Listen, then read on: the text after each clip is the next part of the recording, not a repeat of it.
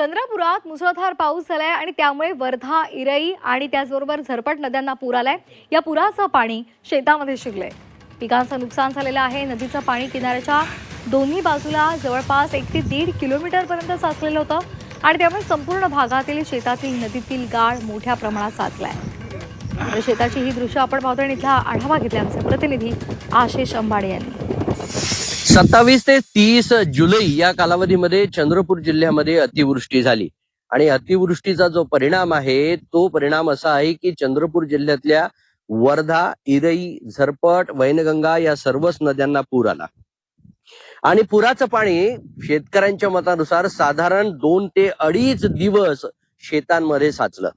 सध्या शेतकरी आहेत हडस्ती गावातले, आपण त्यांना विचारूया काय नुकसान झाले या भागामध्ये।